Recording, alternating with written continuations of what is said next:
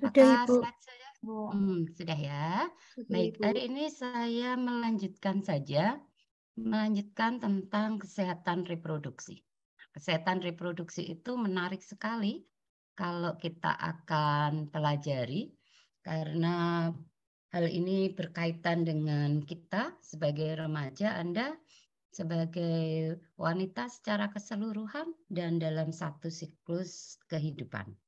Hari ini kita akan melihat antara rumor itu bisa berupa hoax ya, atau hal-hal yang tidak selalu betul.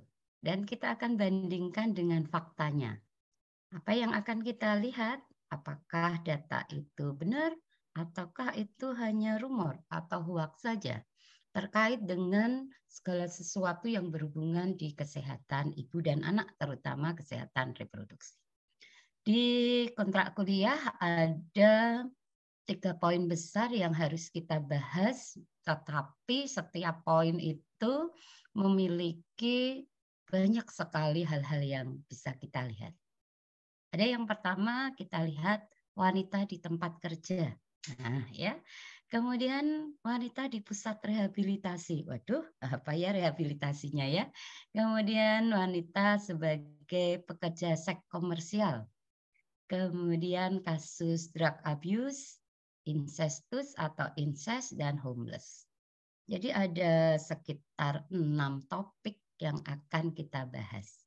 Tetapi karena nanti jangan ada pelatihan, kita akan gunakan waktu secukupnya.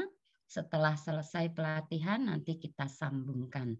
Ya, karena kalau daring saya kira jenengan persiapannya tidak terlalu banyak, tapi kalau luring kan harus lari-lari ke ruangan, mempersiapkan segalanya. Ya, baik, kita akan lihat. Saya ingin kita bersama-sama melihat apa sih yang terjadi ketika wanita bekerja dan ketika wanita berada di pusat rehabilitasi. Tempat bekerja itu banyak jenisnya dan banyak resikonya. Setiap tempat bekerja memiliki permasalahan yang berbeda. Misalnya nanti Anda sebagai bidan, kerja di mana ini? Oh, kerjanya di rumah sakit. Tentu saja permasalahannya akan berbeda ketika Anda menjadi direktur di suatu klinik, direktur di suatu institusi pendidikan. Maka akan berbeda. Demikian juga kalau Anda memiliki perusahaan. Bu, saya bidan, tapi saya juga memiliki UMKM yang besar, punya perusahaan pabrik apa, pabrik sedotan. Wih, jangan salah. Saat ini dikembangkan sedotan dari kertas karena kita harus mengurangi plastik. Misalnya di Pizza Hut itu mereka tidak lagi menggunakan sedotan dari plastik, tapi bahan dasarnya dari kertas sehingga dia bisa diserap atau diurai lebih mudah dibanding plastik. Ya, kemudian ada juga Indonesia itu kan negara agraris, sehingga banyak yang bekerja di sawah. Beberapa wanita berada di pasar, di sektor jual beli atau buruh angkut, atau memang dia menjadi pedagang. Dan kalau di Indonesia juga ternyata banyak buruh migran. Orang mengatakan pahlawan devisa. Kira-kira adakah yang tahu kenapa TKW itu disebut dengan pahlawan devisa? Yuk, saya ingin pendapat jenengan. Mungkin Mbak Adelia, apakah punya pendapat apa sih yang disebut dengan pahlawan devisa? Gitu. Baik, Ibu. Terima kasih. Menurut saya yang berkontribusi, memberikan sumbangsi pendapatnya kepada negara, misalkan tuh TKW, Ibu. Kenapa dia dikatakan? Kenapa kalau yang lainnya bukan pahlawan devisa? Karena TKW itu gajinya dari dolar, terus kalau mau ke Indonesia itu harus bayar kayak namanya apa ya? Kayak pajaknya itu loh, Bu. Tapi saya lupa namanya. Bisa gitu, Bu, ya saya tahu. Oke, terima kasih. Iya, disebut seperti itu sebenarnya bukan pahlawan dalam tanda kutip yang sama dengan pahlawan perjuangan. Ya, mereka harus gugur dulu, enggak. Tetapi mereka mendatangkan devisa karena tadi sistem penggajiannya tidak menggunakan rupiah dan merupakan income, termasuk income untuk negara, walaupun yang menikmati ya dia sendiri, gitu ya. Nah, kemudian wanita yang berada atau yang bekerja di luar negeri, tentu saja kalau kita lihat itu ada dua sektor, ada legal, ada ilegal. Ya, beberapa kasus kita lihat yang di Malaysia banyak TKI yang atau TKW yang ilegal. Mereka masuk dengan tanpa surat-surat resmi. Ada yang umurnya masih muda dinaikkan jadi tua. Ada yang statusnya sudah menikah, dibuat belum menikah, ya. Kemudian ada yang lewat jalur-jalur tidak resmi. Kadang-kadang kalau Anda pernah melihat di media, itu mereka masuk ke sana eh, naik kapal tapi tidak duduk di atas tapi di bawah supaya tidak terlihat karena diselundupkan ya. Jadi perdagangan wanita, perdagangan manusia itu juga termasuk di dalamnya TKW ketika mereka ilegal.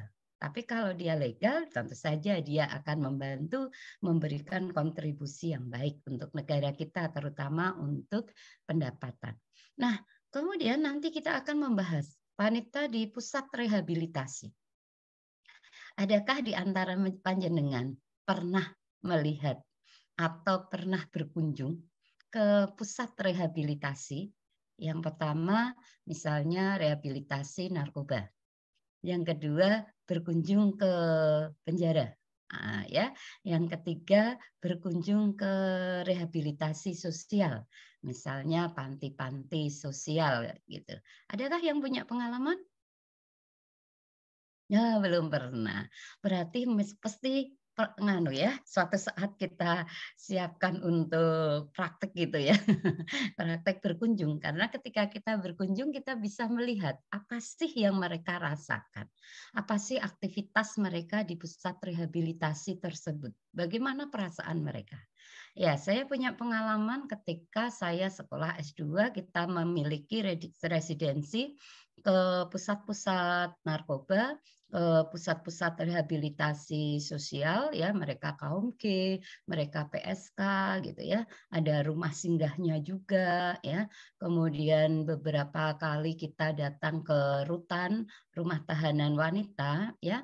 Nah, itu memang benar-benar suasananya tidak sama dengan rumah kita.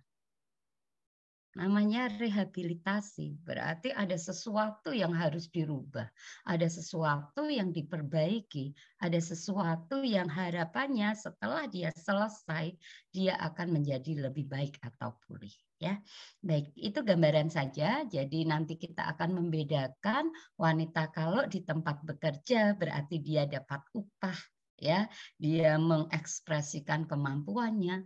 Kalau di tempat rehabilitasi fokus utamanya adalah mengembalikan. Mengembalikan apa? Harga dirinya, martabatnya, mengembalikan daya pikirnya, perilaku positifnya. Itu kalau di pusat rehabilitasi. Nah, nanti mungkin slide yang saya siapkan banyak sekali, tentu saja Anda bisa baca, kalaupun ada yang kurang jelas nanti bisa ditanyakan. Nah, ketika wanita bekerja, permasalahan yang pertama adalah hubungannya dengan gender. Karena wanita di Indonesia sebagian besar itu masih berada di kondisi-kondisi yang disebut dengan stereotip. Wanita itu harus lemah lembut, wanita itu harus rapi, wanita itu harus cantik, gitu ya. Jadi ketika seseorang wanita itu bekerja, maka nanti di tempat pekerjaan pun akan menjadi hal yang menarik bagi lawan jenisnya.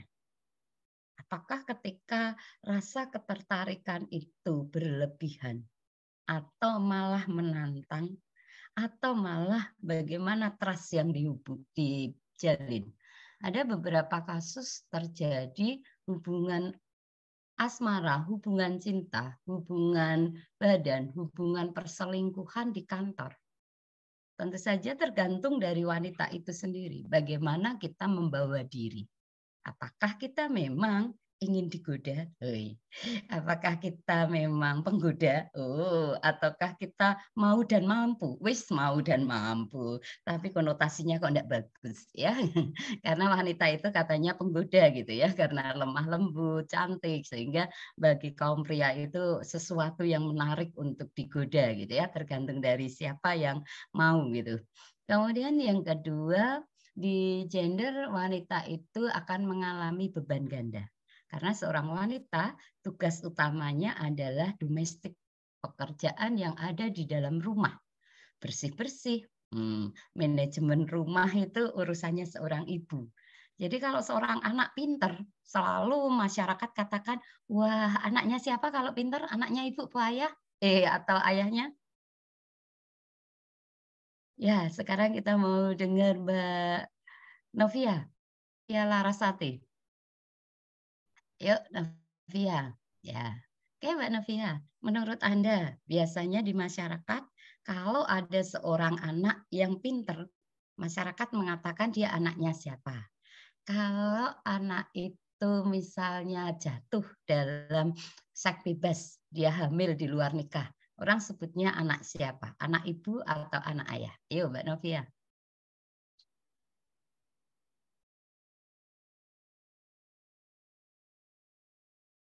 Yuk, Novia Larasati. Izin jawab biasanya disebut anak Yuk, anak isopo.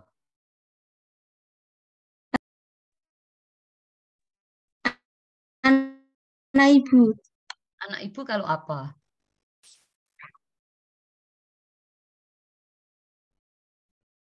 Anak ibu kalau berhasil atau kalau dia hamil di luar nikah?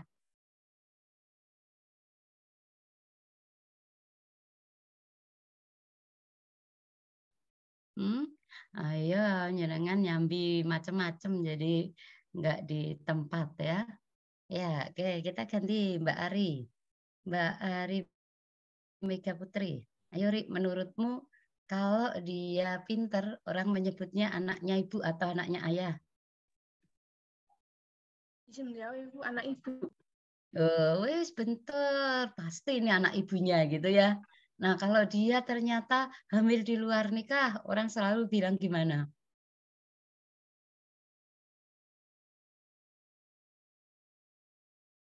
Ini hubungannya rumor, artinya hoak atau biasa orang mengatakan itu bukan fakta.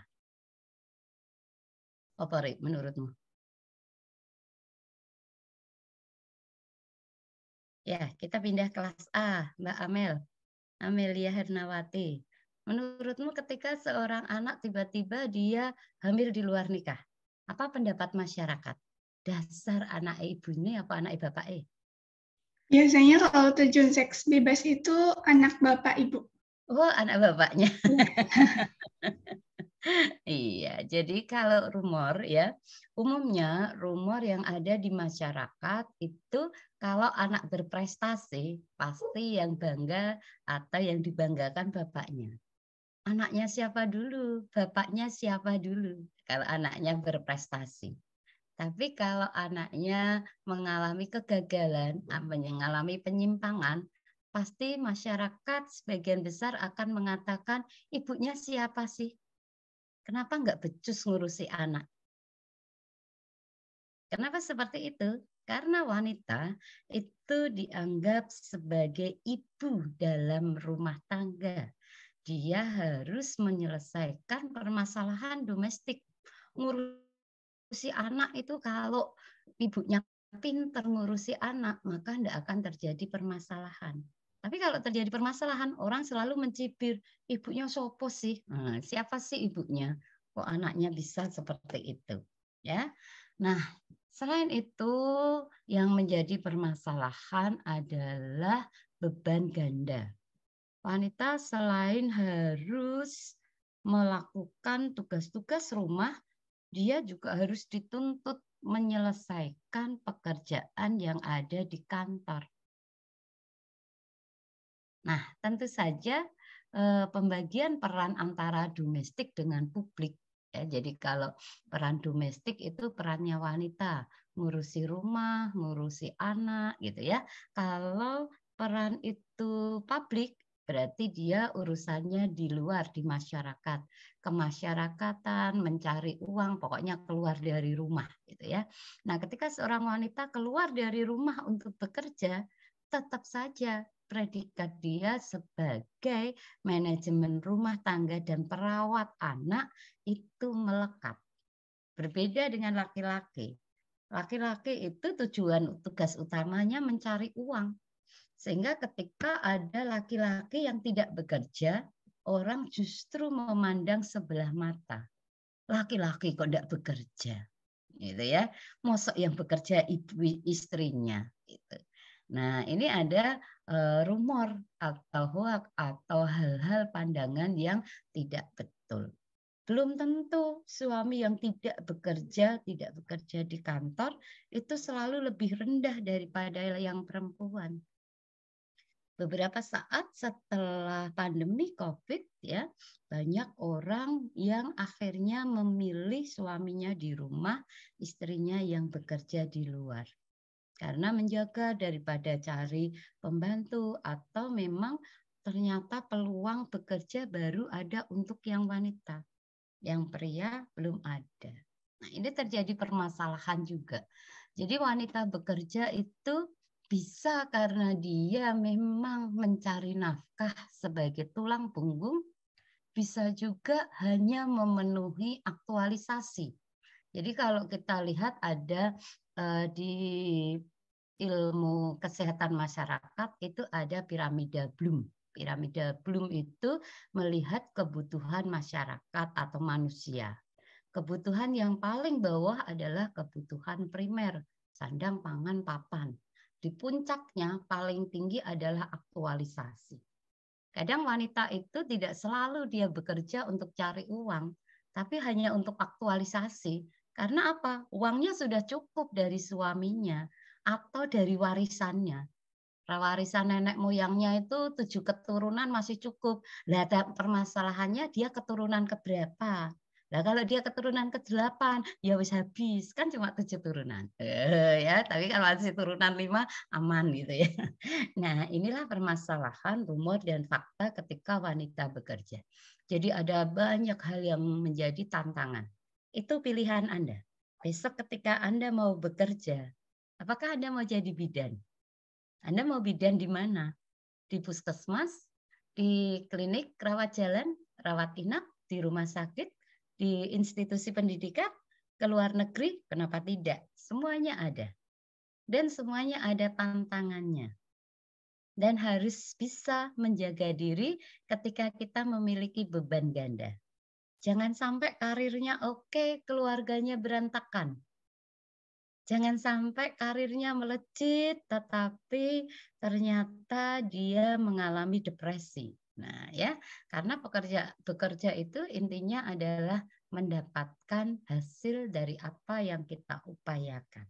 Hasil itu bisa gaji, bisa kedudukan, bisa prestasi ya, sosial di masyarakat. Ada orang yang gajinya sedikit tapi karena dia dianggap sebagai direktur di masyarakat itu wah orang-orang selalu menyanjungnya gitu ya. Oh iya itu Bu Direktur gitu ya. Walaupun ternyata perusahaannya kecil, untungnya gajinya nggak banyak. Nah itu beberapa pilihan. Nah ketika seseorang bekerja bisa terjadi konflik. Kenapa bisa terjadi konflik? Ketika seorang wanita memiliki jenjang karir yang lebih tinggi, lebih bercahaya karirnya dibanding suami, ini bisa menjadi permasalahan.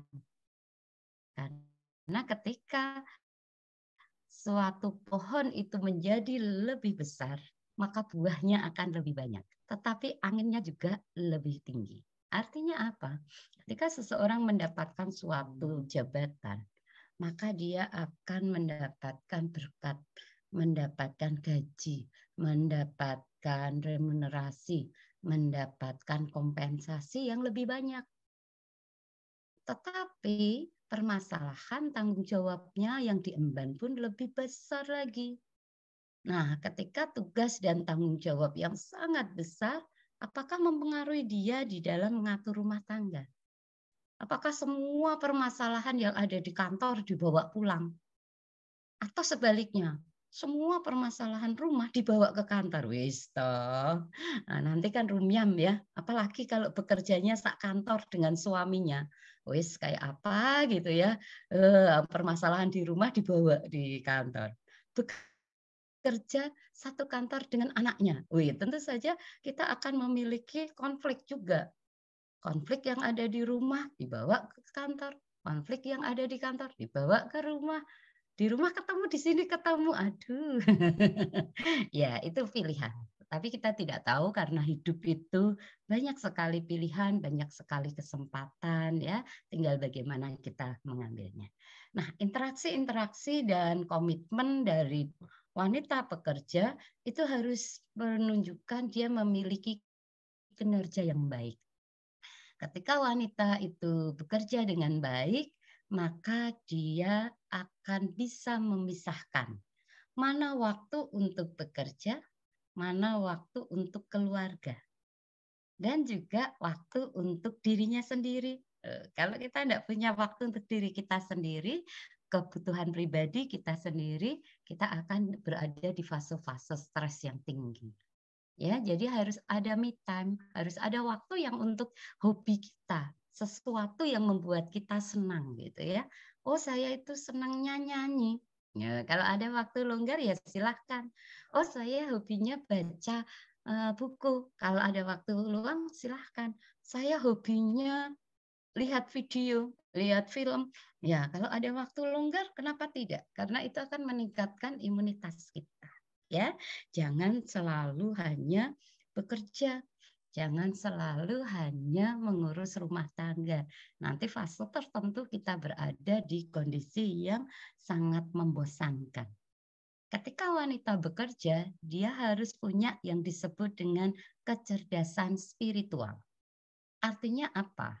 Dia harus bisa menjembatani permasalahan yang dihadapi. Permasalahan dari dirinya sendiri. Tidak semua orang memiliki rasa percaya diri. Tidak semua orang memiliki kemampuan di IT. Tidak semua orang memiliki kekuatan fisik. Nah, ketika hal-hal itu terjadi, seringkali ada permasalahan dengan teman sejawat, ada dengan atasan, dengan orang lain. Nah, ini kecerdasan spiritual yang mestinya kita gunakan. Tetapi perusahaan, dia mintanya wanita bekerja itu harus work engagement. Ya, dia engagement atau dia masuk ya, atau dia seorang pekerja yang benar-benar fokus gitu ya. Banyak orang yang diminta seperti itu. Tentu saja konfliknya akan banyak terjadi. Karena misalnya kita punya anak yang masih bayi. Ternyata suatu saat kita harus bekerja lembur. Suatu saat kita harus melakukan perjalanan keluar daerah. Nah, ini menjadi konflik kalau pekerja itu, wanita itu bekerja tidak didasari dengan motivasi bekerja yang baik, dukungan dari keluarga, perilaku dia yang baik, gitu ya. Nah, ini adalah fase-fase yang menarik bagi kita untuk mulai merenungkan.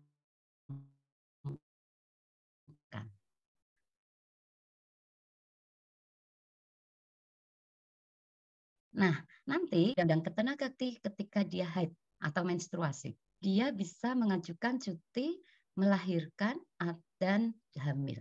Ya, kemudian kesempatan untuk menyusui di fasilitasnya. Ada yang namanya pojok ASI, ya, jadi tempat pojok laktasi, gitu ya, supaya dia bisa menyusui bayinya atau dia memompa ASINya, ya, disimpan di freezer atau kulkas yang ada di tempat bekerja.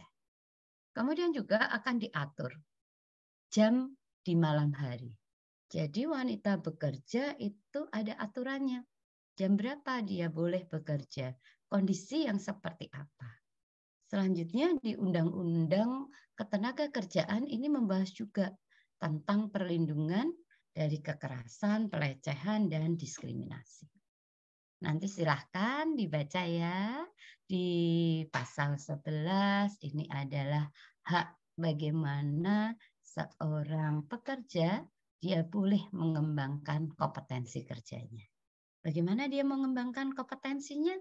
Nah, wanita yang bekerja boleh mengikuti berbagai pelatihan. Penempatan tenaga kerja ini asasnya terbuka, bebas, objektif, adil, dan tidak diskriminasi.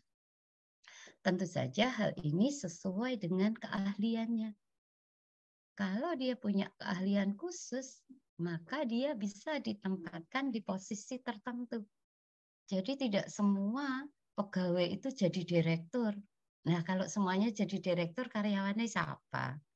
Ada yang ditugaskan menjadi memang dia dianggap layak, dia punya keahlian, punya keterampilan, punya bakat gitu ya, untuk menjadi pengelola di satu perusahaan atau institusi. Nah, kalau semuanya jadi pengelola, siapa yang jadi pelaksana? Ya. Nah, ini adalah hal-hal yang perlu kita lihat. Di semua pekerjaan itu ada penghasilan yang sesuai dengan tugasnya. Nah, kalau tugasnya ringan, ya gajinya enggak banyak. Kalau tugasnya berat, ya gajinya lebih besar gitu ya. Tergantung keterampilan jenengan, tergantung pendidikan panjenengan, tergantung kemampuan yang Anda miliki. Semakin Anda memiliki pendidikan yang tinggi, Anda memiliki kemampuan, keterampilan, ya, Anda bisa mendapatkan posisi. Tapi apakah semua orang yang pintar, yang punya pendidikan, yang punya keterampilan selalu jadi yang pertama dan di kepala? Ya enggak juga. Banyak pertimbangan. Tergantung dari visi dan misi dari suatu tempat. Ya, kemudian juga pengalaman bekerja, masa kerja itu menjadi satu pertimbangan. Nah, di pasal 76 ini membahas tentang kalau ada buruh yang umurnya kurang dari 18 tahun, dilarang bekerja dari jam 11 malam sampai jam 7. Anda ada enggak yang umurnya kurang dari 18? Wih, enggak, umurnya sudah lebih ya. Ada yang masih 16 tahun? Oh, enggak ya. Baiklah, berarti sudah masanya remaja akhir ya. Berarti Anda sudah boleh nih bekerja sampai pagi. Artinya ketika besok praktek di puskesmas, di rumah sakit, shift malam berarti kita tidak menentang Undang-Undang Pekerja Perempuan pasal 76. Karena umur Anda sudah lebih dari 18 tahun ya. Nah, kemudian kalau mereka bekerja malam, shift malam, itu harus mendapatkan keamanan, harus mendapatkan prioritas untuk terjaga kesusilaan. Artinya terhindar dari pelecehan seksual. Tapi kembali lagi ke bentuk kita, ke individu kita. Apakah kita memang termasuk penggoda? Apakah kita termasuk orang yang suka digoda?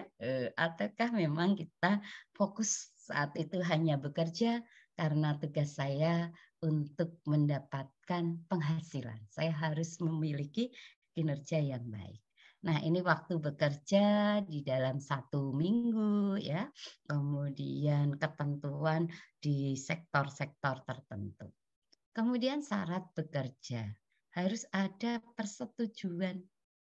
Kalau waktu lembur hanya dapat dilakukan 3 jam dalam 1 hari atau 14 jam dalam 1 minggu. Umumnya kita bekerja sekitar 8 jam. Kalau ditambah 3 jam berarti sudah 11 jam. Memang tidak diharapkan bekerja 24 jam. Karena fisik kita harus kita jaga. Kalau kita nggak istirahat, ya besok lagi hari ini bisa bekerja, besok nggak bisa bekerja. Nah, ini harus ada jam istirahat di pasal 79 ya. Kemudian ada juga cuti tahunan. Nah, ini tergantung individu juga mau diambil enggak.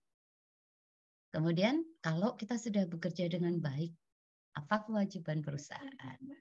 maka dia memberikan kepada pekerja buruh untuk dapat melaksanakan ibadah sesuai agama masing-masing. Hanya selalu ada waktu untuk beribadah. Kalau wanita itu adalah pekerja dan dia melahirkan, maka memiliki cuti hamil dan melahirkan selama 3 bulan. Hitungannya harusnya 1,5 bulan sebelum melahirkan, 1,5 bulan setelah melahirkan. Tapi orang Indonesia, faktanya beda. Hari ini melahirkan, hari ini baru cuti. Padahal 1,5 bulan harapannya adalah beristirahat, mempersiapkan diri untuk persalinan. Sementara ternyata banyak pegawai yang tidak. Enggak, saya cutinya nanti saja biar bisa merawat anaknya. Ya, padahal kalau sudah hamil, sudah aterem, bekerja pun enggak akan selincah dengan orang yang tidak sedang aterem. Kemudian wanita yang mengalami abortus, dia punya hak untuk istirahat atau cuti 1,5 bulan. Beberapa saya lihat ada soal yang berhubungan dengan cuti pegawai. Kemudian kalau dia masih memberikan ASI, berarti harus ada waktu untuk memberikan ASI baik langsung ataupun diperah.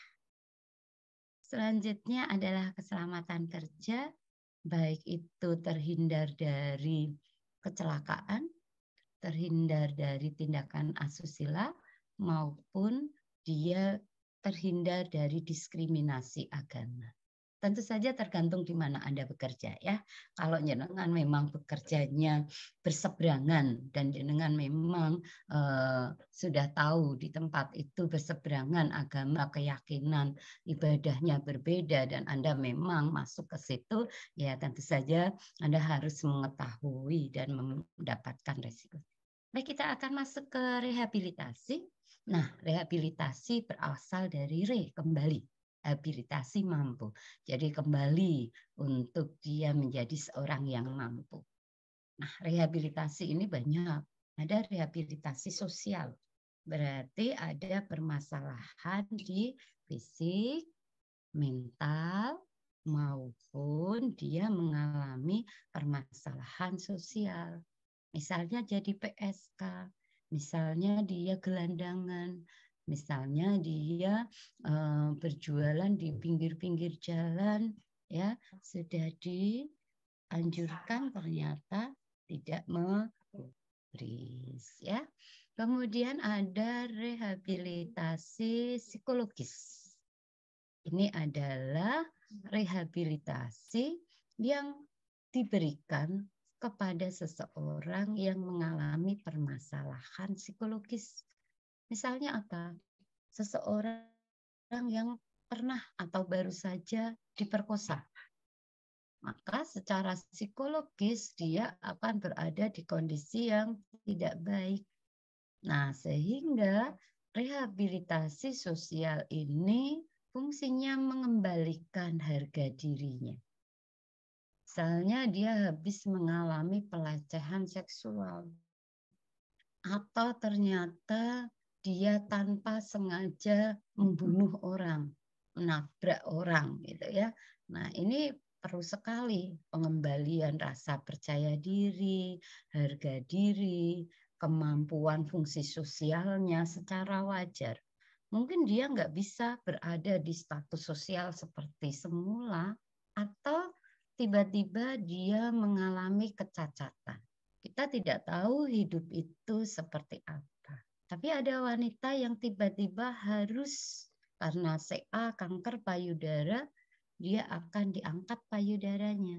Kondisi ini benar-benar membuat wanita menjadi mengalami permasalahan di psikologisnya. Demikian juga tiba-tiba pasangannya meninggal. Seringkali hal ini menjadikan beban atau psikologisnya menjadi bermasalah. Ini perlu ada rehabilitasi di psikologis. Oke ya, tadi untuk rehabilitasi sosial bisa juga ternyata karena dia punya penyakit yang tiba-tiba dikatakan kanker atau tiba-tiba dia di PHK, tiba-tiba diceraikan. Nah, ini seringkali menimbulkan permasalahan psikologis ya. Kemudian bisa juga kita melihat goal setting-nya, kita menata target utamanya dia. Apa sih yang akan dia dapatkan atau apa yang bisa dipulihkan. Kadang-kadang permasalahan rehabilitasi sosial itu juga terjadi pada wanita di panti breda, orang-orang yang sudah tua, orang-orang yang ditinggalkan oleh keluarganya. Anak-anaknya sibuk dengan kegiatannya sendiri, tidak kober ngopeni orang tuanya, atau memang dia nggak punya anak. Nggak punya, suaminya sudah meninggal sehingga dia berada di panti breda. Nah, ini perlu sekali mendapatkan rehabilitasi sosial, mendapatkan dukungan supaya dia masih berharga. Nah, ketika berada di tempat rehabilitasi sosial ini, wanita diharapkan untuk mengikuti aturan yang ada. Aturannya macam-macam. Kalau dia rehabilitasinya narkoba, maka di situ ada terapinya. Apakah terapi untuk pengguna narkoba itu sama? Berbeda. Tergantung tingkat adiksinya, tergantung tingkat ketergantungannya, tergantung individunya. Apakah dia masih bisa melakukan kegiatan sosial atau sudah dia nggak bisa apa-apa, ya. Kemudian juga di tempat pusat rehabilitasi ini, wanita juga mendapatkan pelayanan berupa konseling. Ada beberapa orang yang dia dengan dilakukan konseling, dia memberikan keterbukaan tentang perasaannya, dia lebih mudah untuk pulih. Ya, ini beberapa kasus, terutama kalau kasusnya adalah kasus bencana alam. Tahun yang lalu saya berkesempatan ke Aceh, di mana kami ketemu dengan teman-teman dosen atau pegawai di Poltekkes Aceh. Mereka cerita pada saat itu ketika terjadi tsunami Aceh, beberapa keluarganya tidak ditemukan. Bagaimana kasus gelombang itu datang, mereka lari, mereka naik motor, mereka dikejar dari air itu, dan ketika menoleh ke belakang itu semuanya sudah hancur, baik rumah maupun keluarganya. Nah, fase-fase ini perlu rehabilitasi, perlu pemulihan, perlu perasaan nyaman, perlu keinginan supaya mereka tidak menjadi introvert, supaya dia bisa mulai menata kehidupan lagi. Nah, ini banyak ya, ini gambarannya. Ada beberapa wanita yang akhirnya mengalami gila, depresi yang berlebihan. Ini masih bisa dipulihkan di pusat rehabilitasi selama pengelolanya baik, punya goal setting yang bagus, peserta anggota yang direhabilitasi mengikuti aturan. Kalau mereka nggak ikuti, ya nggak akan berhasil. Beberapa wanita harus direhab karena dia menjadi pengguna narkoba. Baik itu bandar, baik itu penjual maupun pemakai. Tadi malam saya mengajar di universitas lain. Memang yang kami bahas tentang bagaimana psikososial seseorang.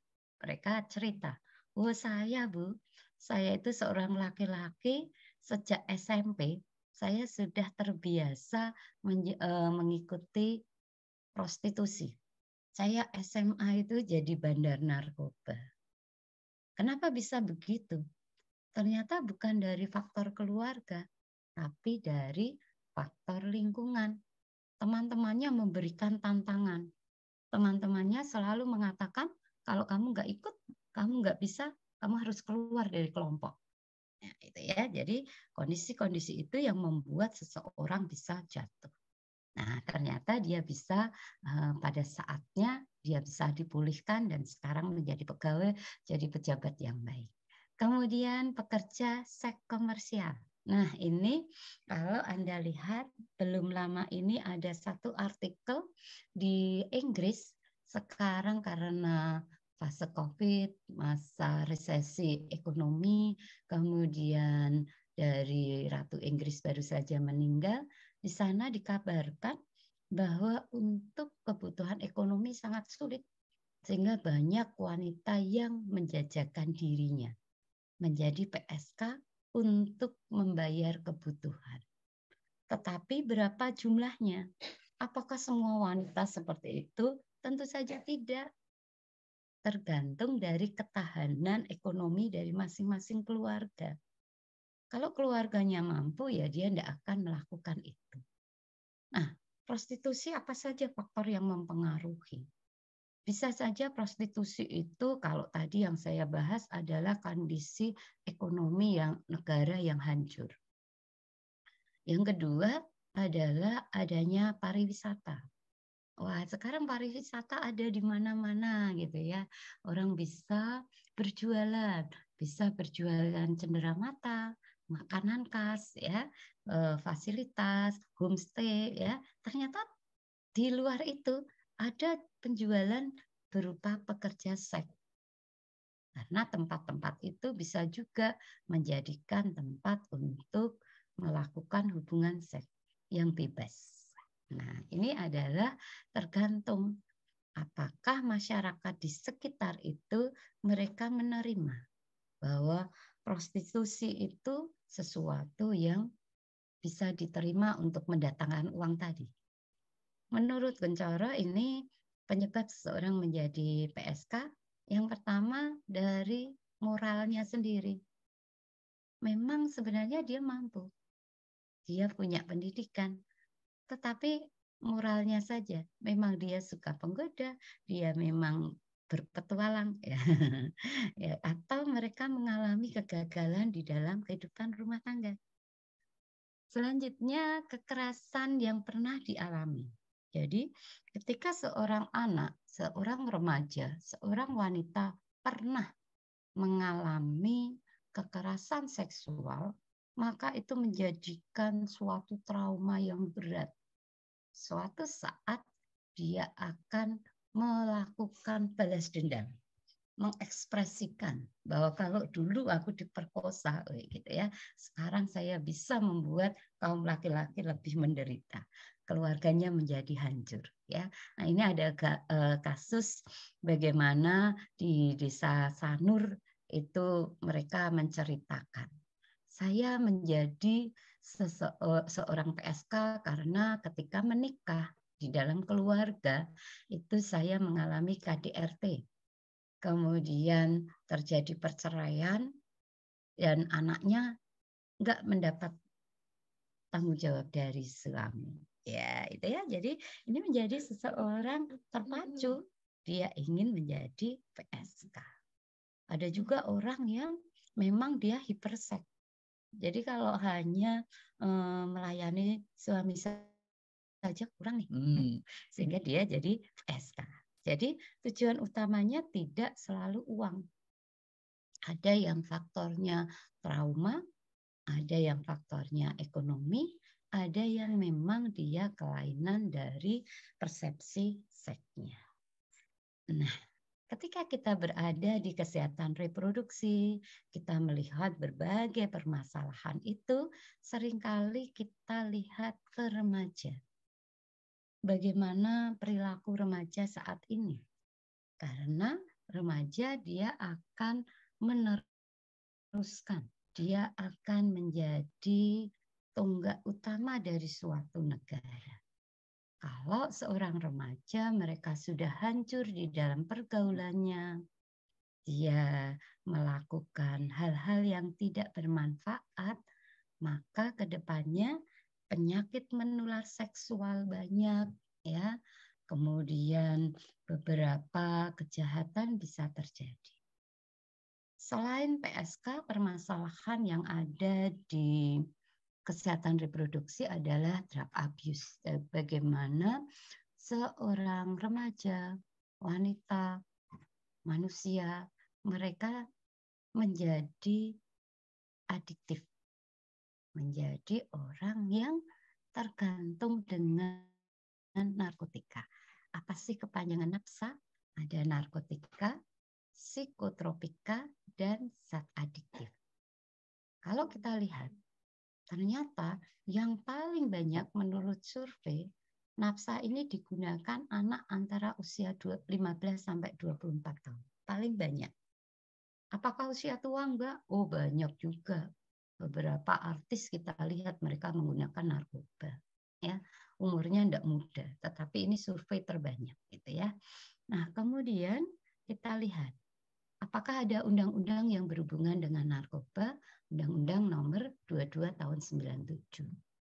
Nah, kemarin ada satu kondisi di mana seorang ibu pernah melakukan pergerakan untuk anaknya yang dia harus memanfaatkan ganja. Nah, tetapi harus lihat dari undang-undangnya. Di sini yang dimaksud dengan narkotika adalah obat dari tanaman. Kalau ganja dari tanaman. Tapi apa hanya dari tanaman? Bisa juga dari yang bukan tanaman, sintetik. Kalau Anda pernah lihat kasus-kasus penimbunan atau penggerebekan narkoba, itu ditemukan sintetik dari narkoba. Sebenarnya narkotika itu dibutuhkan untuk tenaga kesehatan, terutama untuk menghilangkan rasa nyeri. Tetapi efek sampingnya menimbulkan ketergantungan. Mau melakukan tindakan operasi, nah itu anestesinya berupa narkotika. Kalau dilihat dari golongannya ada 3. Ada yang disebut golongan 1, tujuannya adalah mengembangkan ilmu pengetahuan, tetapi tidak untuk terapi. Heroin, kokain, ganja. Itu bukan untuk terapi, tetapi untuk dikembangkan. Kemudian golongan 2 ini adalah digunakan untuk terapi, tetapi ketergantungannya sangat tinggi. Morfin dan petidin, biasanya ini kita gunakan untuk anestesi. Yang ketiga adalah obat yang banyak digunakan untuk terapi dan ketergantungannya ringan. Kode ini biasanya dulu ketika saya di puskesmas ini obat batuk. Nah, psikotropika itu ada 4 golongan. Yang pertama dia menimbulkan sindrom ketergantungan yang tinggi, contohnya ekstasi. Dulu pernah terkenal namanya Ratu Ekstasi gitu ya. Kalau sekarang sudah enggak karena lebih canggih sekarang. Kemudian yang kedua adalah mengakibatkan sindrom ketergantungannya sedikit, amfetamin. Ya, kemudian ada yang potensinya sedang, fenobarbital biasanya untuk kasus-kasus kejang gitu ya. Kemudian ada juga yang ringan, diazepam, biasanya bisa digunakan untuk obat. Kemudian zat adiktif lainnya adalah minuman alkohol, ya. Ada yang mereka buat sendiri minuman oplosan gitu ya, isinya dari etanol. Ada minuman anggur, ada whisky. Kemudian ada yang dihirup. Kalau Anda pernah lihat di kasus-kasus remaja gitu ya, mereka teler, mereka fly ternyata setelah menghirup lem. Iya, karena inhalasi atau gas yang dihirup ini sifatnya solvent, dia larut dan mudah menguap. Ketika dia menguap, ini ternyata bisa menimbulkan halusinasi, bisa menyebabkan dia merasa nyaman. Nah, tetapi ketergantungannya sangat tinggi. Baik, kita akan melanjutkan lagi. Kemudian ada golongan yang lain, efeknya di perilaku. Misalnya antidepresan, anti cemas. Beberapa orang yang sangat cemas kalau dia berada di rumah sakit jiwa memang diberikan obat penenang, obat anti cemas. Tetapi ada juga hal ini harus diawasi karena sebagian besar ketika obat ini diberikan maka dia akan tertidur dan tidak sadar. Kalau digunakan sembarangan bisa jadi tidurnya berkepanjangan, tidak bangun-bangun. Kemudian kalau obat yang jenisnya stimulan, ini adalah merangsang supaya orang itu bekerja tidak lelah. Nah, pengguna stimulan ini biasanya dia akan tidak tidur dalam beberapa hari. Nah, ini seringkali ditemukan pada jenis pekerjaan tertentu yang membutuhkan konsentrasi dalam waktu yang panjang. Tapi efeknya apa? Setelah obat itu waktu paruhnya turun, maka dia akan merasakan ketagihan dan kelelahan yang berlebihan. Ada juga yang bersifat halusinogen, artinya dia merubah perasaan.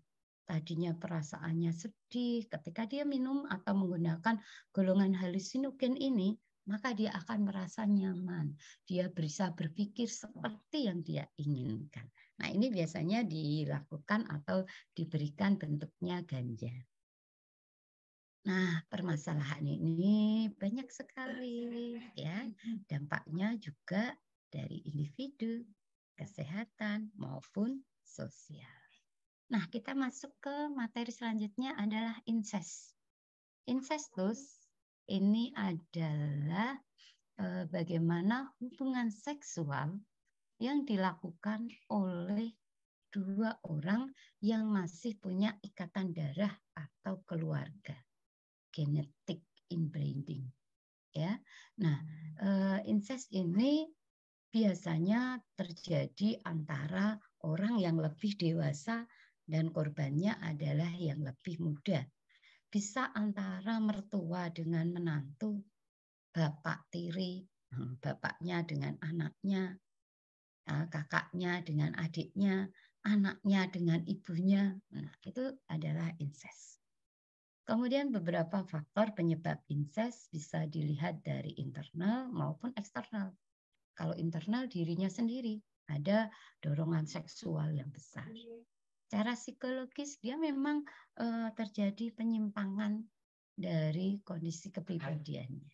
Kalau eksternal, ya karena ekonomi. Ibunya bekerja ke luar negeri, yang di rumah tinggal bapaknya dengan anaknya perempuan. Ya, akhirnya kasus-kasus incest banyak terjadi. Di Kabupaten Kendal banyak kasus-kasus ini. Kemudian faktor yang lain, kondisi yang membuat seseorang itu sangat terjepit, dia harus berada di pilihan yang sangat kecil sekali untuk bisa membela diri. Nah, ini kasusnya banyak sekali. Dampaknya adalah ini bisa mempengaruhi konstruksi keluarga. Anda bisa bayangkan seorang ayah menghamili anaknya dan anaknya hamil. Nanti kalau anaknya melahirkan, manggil ayahnya siapa? Ayah plus opa. Nah, ini menjadi permasalahan yang di konstruksi keluarga menjadi berat. Ya. Kemudian kasus pemerkosaan incest ini seringkali tidak terlaporkan. Oedipus kompleks antara ibu dengan anaknya. Ini tidak bisa dilaporkan. Kenapa nggak dilaporkan? Karena aib keluarga. Akhirnya bagaimana? Banyak anak terlantar, banyak aborsi yang terjadi. Oke, saya kira kita sementara sampai di sini dulu karena nanti Anda masih ada kegiatan ya. Kita akan lanjutkan nanti sore atau nanti siang ketika Anda sudah punya waktu selesai dari pelatihan IT. Ya, saya kira itu tetap semangat. Kita akan lanjutkan nanti. Juga kelompok yang presentasi siap-siap ya. Baik, terima kasih. Saya akhiri dulu. Silahkan bersiap-siap untuk mengikuti pelatihan IT. Terima kasih. Terima kasih, Ibu. Terima kasih, Bu. Terima kasih, Bu.